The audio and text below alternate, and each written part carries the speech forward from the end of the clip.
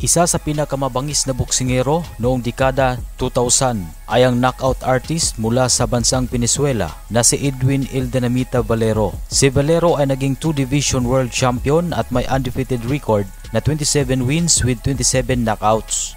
Karamihan sa kanyang mga nakatapat ay tinuldukan niya sa unang round lamang. Itinuring ng mga Venezuelans na si Valero ay isang bayani at inspirasyon dahil sa pagsikat niya mula sa kahirapan sa tagumpay niya sa daigdig ng boxing. Sa likod ng kanyang angking talento, mga problema at hamon ng buhay ang dinaanan ni Valero na naging sagabal sa kanyang boxing career. Marami ang naghihinayang sa kanya dahil marami pa sana siyang mabibigat na laban na naghihintay kung hindi lang siya namatay noong 2010. Sa videong ito ay babalikan natin ang istorya sa buong karera ng boksingero na si Edwin El Dinamita Valero at alamin kung ano ang tunay na dahilan kung bakit hindi talaga nangyari ang laban ni Edwin Valero at ng ating pambansang kamao na si Manny Pacquiao. Ipinanganak si Edwin Valero sa bansang Venezuela noong December 3, 1981. Mula siya sa mahirap na pamilya at lumaki siya nang walang ama, kumbaga ipinanganak siya upang lumaban dahil kahit sa kalsada ay hindi siya takot na makipag-away.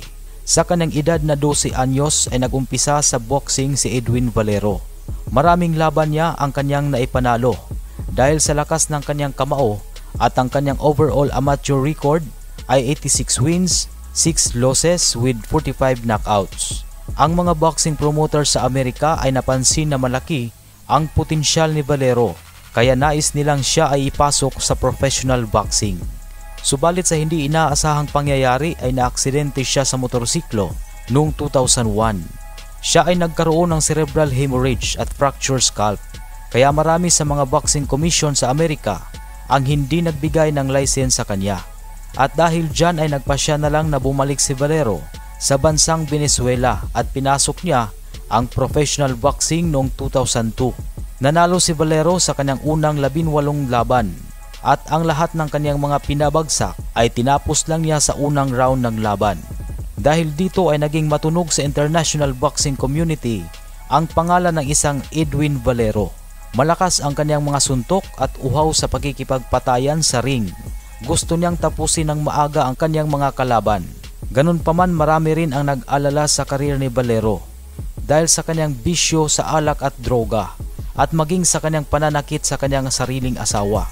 Nagpapatuloy sa boxing si Valero at noong March 2006 ay namayagpag siya kontra kay Genaro Trazancos via second round knockout. Ito ang unang panalo ni Valero na lumagpas sa first round. Samantala noong August 5, 2006 ay lumipad si Valero sa bansang Panama upang harapin ang WBA Super Featherweight Champion na si Vicente Mosquera. Bitbit ni Mosquera ang record na 24 wins, 1 loss at 12 knockouts. Sa kanilang first round ng laban kontra Edwin Valero ay 2 beses nang bumagsak si Mosquera. Ang akala ng mga fans ni Valero, isa na naman itong first round win para sa Venezuelan boxer. Ngunit nabuhayan ng lakas si Vicente Mosquera dahil na rin sa suporta ng kanyang kababayan sa Panama.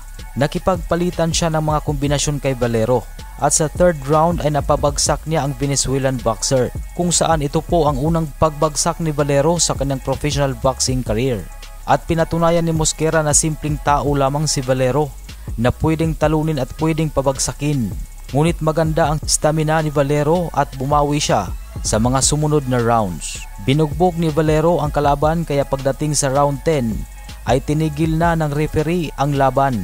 Panalo si Valero via technical knockout sa round 10 at nakuha niya ang WBA Super Featherweight title. Sa wakas isang ganap ng kampyon ang idolo ng Venezuela. 4 na beses na depensahan ni Valero ang kanyang titulo at lahat tinalo niya via knockout. Kaya gusto ni Valero na humarap sa iba pang mga kampiyon sa kanyang dibisyon. Noong March 15, 2008, nakuha ni Manny Pacquiao ang WBA Super Featherweight title matapos niyang talunin si Juan Manuel Marquez via split decision. Hinamon ni Valero si Pacquiao para sa isang featherweight unification fight. Si Pacquiao ang WBC champion, samantala si Valero naman ang WBA champion. Ngunit hindi kumasa si Pacquiao sa hamon ni Valero dahil balak na ni Pacquiao na umakyat sa lightweight division upang labanan ang WBC lightweight champion na si Dangerous David Diaz. Matapos talunin ni Pacman si Diaz, inanunsyo naman ni Valero na aakyat siya sa lightweight division upang harapin si Manny Pacquiao. Nilagay si Valero ng WBC bilang number 1 contender sa titulo na hawak ni Pacquiao. Subalit dahil bawal pa lumaban si Valero sa Las Vegas, nahihirapan si Bob Arum na ikasa ang laban ni Valero at Manny Pacquiao. Hindi pa kumbinsido si Arum na malaki ang kikitain sa pay-per-view kung magtatapat si Pacquiao at si Valero.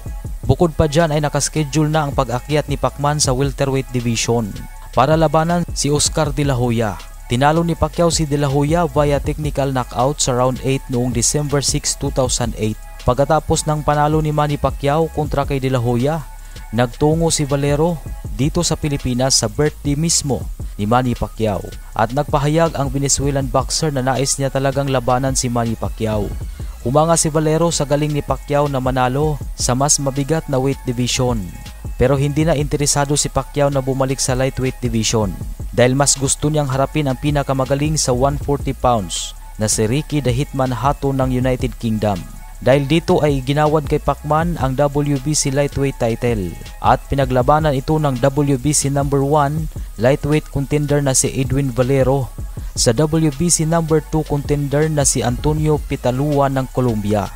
Isinagawa ang laban ni Valero at Pitalua noong April 4, 2009 sa Austin, Texas, USA. Binanata ni Valero ang Colombian boxer sa pagsisimula ng round 2.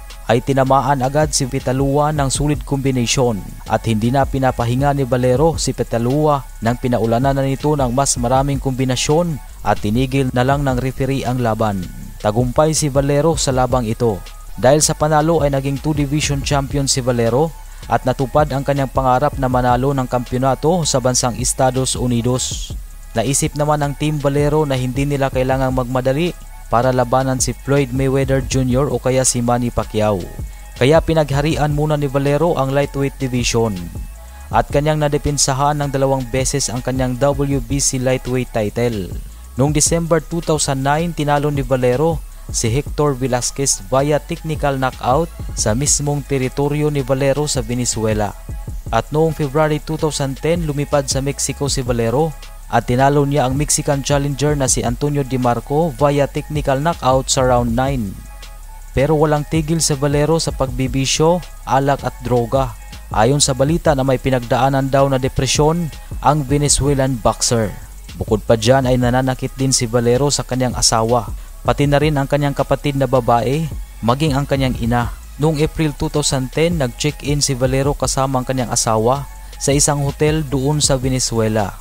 Makaraan ang ilang oras, mag-isang lumabas si Valero sa nasabing hotel at inamin niya na napatay nito ang kanyang sariling asawa.